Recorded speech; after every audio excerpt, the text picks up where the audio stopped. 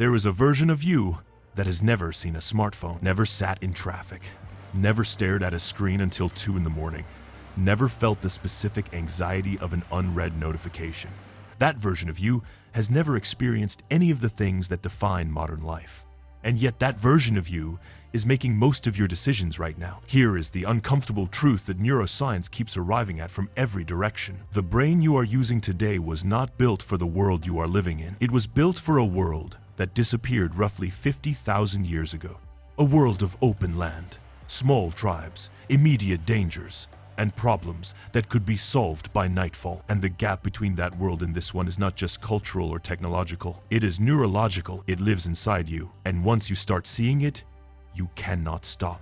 Think about the last time you felt an irrational pull of anxiety about something you couldn't control, or the last time you checked your phone seconds after already checking it, or the last time a small social slight stayed with you far longer than it deserved, or the last time you ate something you didn't need simply because it was there. None of those things feel like survival instincts, but that is exactly what they are. And to understand why, we need to go back to the beginning, not your beginning, the beginning of the brain you inherited. For the vast majority of human existence, roughly 95% of our time on this planet, human beings lived in small groups of between 50 and 150 people. They moved with the seasons, they hunted and gathered, they slept when it was dark and woke with the light. They faced threats that were immediate, physical, and resolved quickly. And the brain that evolved to handle that life was extraordinarily good at its job. It was fast, it was cautious, it was wired to conserve energy, seek calories, monitor social standing, and detect danger before danger detected it. That brain kept your ancestors alive through ice ages, predators, droughts, and rival groups. It was one of the most effective survival machines ever produced by evolution, and it is sitting inside your skull right now, completely unchanged, running ancient software in a world it was never designed for. Here is the first place you see it: your brain's relationship with threat. In the ancient world, threats were immediate. A predator appeared. Your nervous system fired. You ran, you fought, or you hid. And then, one way or another, it was over. The threat resolved. Your body returned to baseline. Life continued. But here is what your brain was never designed to handle: threats that never resolve. Modern anxiety rarely comes with a predator you can outrun. It comes in the form of questions without clean answers. A career that might not work out. A relationship that feels uncertain.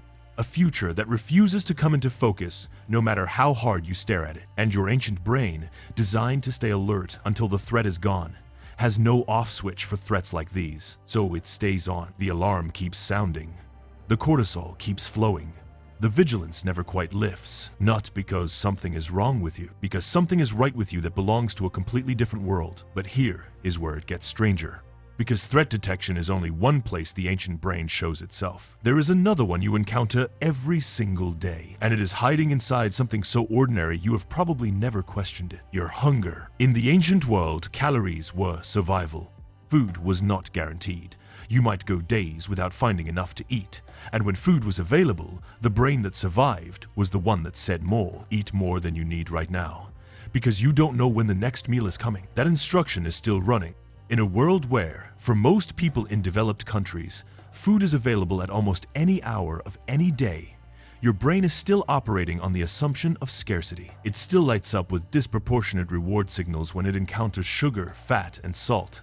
Not because those things are rare, but because they once were. And a brain wired to overconsume when those things appeared was the brain that survived the lean seasons. You are not failing at willpower.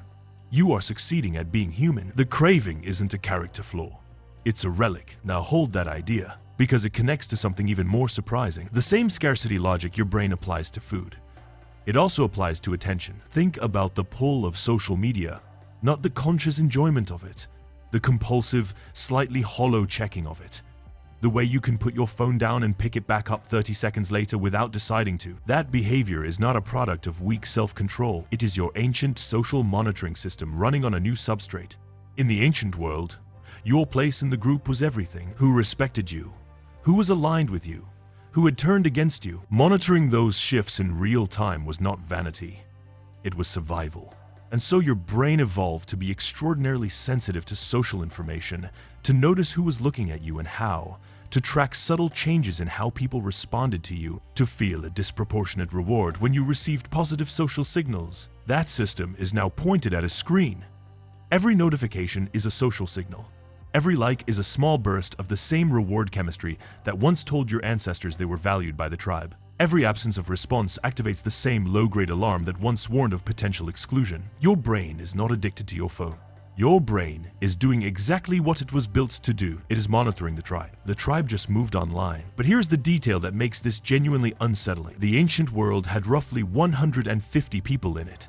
Your brain was calibrated for 150 relationships, 150 opinions, 150 possible sources of social reward or rejection. The modern world has billions. And some of those billions now have the ability to reach you directly, to approve or reject you publicly, to trigger your ancient social alarm system at a scale it was never designed to process. Your nervous system has no framework for this. It was never built for it. And that mismatch between the scale of the modern social world and the capacity of the ancient social brain is one of the quietest crises of our time. Now, there is one more place the ancient brain shows up, and this one might be the most personally recognizable of all: your brain's obsession with the negative. Think about the last piece of feedback you received. If 9 people said something kind and 1 person said something critical, which one stayed with you? If your day had 8 good moments and 1 difficult one, which one shaped how you described the day? This is not pessimism. This is not a lack of gratitude. This is your brain operating exactly as evolution designed it. In the ancient world, positive experiences were valuable. Finding food was good. A warm day was good. Being welcomed by the group was good. But negative experiences were survival critical. A missed predator could be fatal. A social rupture could lead to exclusion. Eating the wrong plant could be the last mistake you ever made. So your brain learned to weight negative information more heavily than positive, to hold on to it longer, to analyze it more carefully, to let it override everything else when it appeared. Psychologists call this the negativity bias, and it runs in virtually every human being alive, not because humans are naturally miserable, but because the humans who paid closest attention to what went wrong were the ones who survived long enough to become our ancestors. So here is what all of this means when you pull it together. The brain that checks your phone compulsively. The brain that craves more food than you need. The brain that replays the one critical comment over and over. The brain that stays anxious about threats that haven't materialized. That brain is not broken, it is ancient. It is running systems that were refined over hundreds of thousands of years in an environment that no longer exists. And it is doing its best to keep you alive in a world it was never designed to understand. Here is what I find both humbling and strangely liberating about that. You are not fighting weakness when you struggle against these patterns. You are fighting evolution, and evolution had a very long head start. The question isn't why your brain does these things. The question is what you do now that you can see them. Because seeing the ancient wiring for what it is changes the relationship you have with it. When the alarm sounds for a threat that isn't real, you can recognize it. When the craving arrives with an urgency that doesn't match the situation, you can name it. When the negative thought loops back for the 4th time, you can see where it came from. Not to dismiss it, but to hold it differently, because there is a version of you that exists right now, in the present, in this world, with the actual life you are living. And then there is the ancient version, still scanning the horizon, still monitoring the tribe, still convinced that winter is coming and the predators are close. Both of them are real. Both of them are you, but only one of them knows what year it actually is. The ancient brain kept your ancestors alive through everything the world threw at them. It is an extraordinary piece of engineering. It just wasn't built for this. And every time you feel the pull of something you can't quite explain, every time your body reacts before your mind catches up, every time the modern world feels just slightly more overwhelming than it logically should, you are feeling the distance between the world that built your brain and the world you actually woke up in this morning. That distance is 50,000 years, and your brain is crossing it every single day.